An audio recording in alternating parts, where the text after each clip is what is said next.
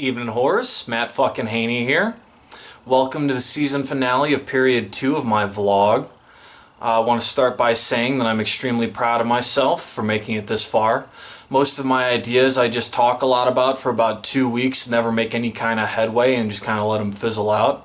So there's a certain feeling of euphoria that comes along with having an idea and then forcing myself to go through with it. First things first, a old friend of mine, whomst I haven't talked to in quite some time, they stumbled upon some of my videos and felt the need to message me and tell me that I am a misogynistic asshole because I start every video by saying, "Evening, horse." Now, when I was a little kid, I remember going up to my babysitter and asking her, "What's a whore?" Because I heard the term and I didn't know what it meant other than the fact that it was a bad word. And my babysitter, she was awesome because she was never one to beat around the bush and was always very straightforward with me, even as a little kid.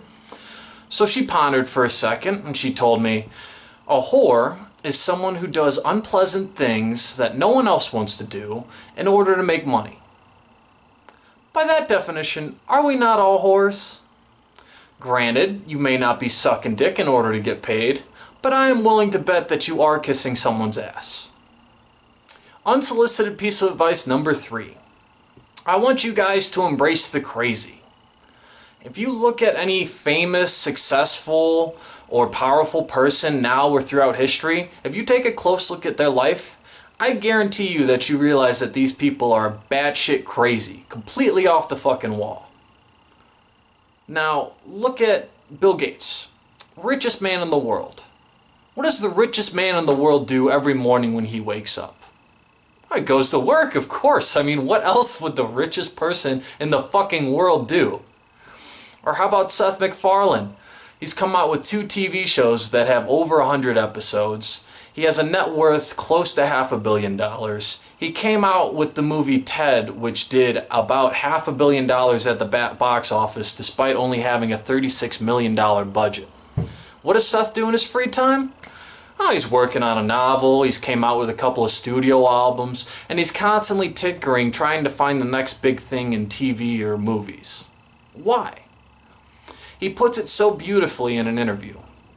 He says that he suffers from an insatiable fear of being inadequate.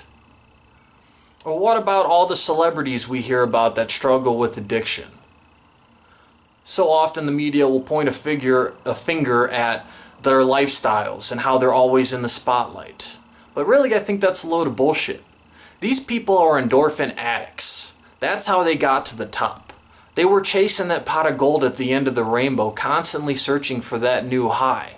And then finally they reach that pinnacle, they get to that pot of gold, and they realize that it's not nearly as fulfilling as they thought it was going to be. So they turn to the drugs and the alcohol. Or what about Vincent van Gogh, Kurt Cobain, and Robin Williams? These are 3 of the biggest and most influential names in art, music, and comedy. And I guarantee you their works would be nowhere near as colossal had they not been drawing from the dark sides of their minds. Now, don't for a second think that I'm downplaying mental illness. It is an absolute tragedy that those 3 did not get the help that they deserve, along with all the other millions of people who are struggling just like them. What I'm simply saying is, if you have a chemical imbalance in your brain, life's gonna fucking suck. Plain and simple.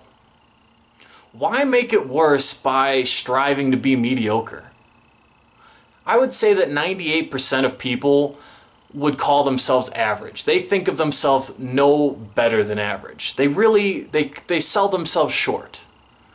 The 2%, they're crazy enough to believe that they are way above average, even though they may not be in any way, shape, or form. They just have the belief that they are because they're not limited by the social norms and the voice of reason in their head saying, hey, you know, maybe set your goals a little bit lower. That's how those 2%, they get to the top.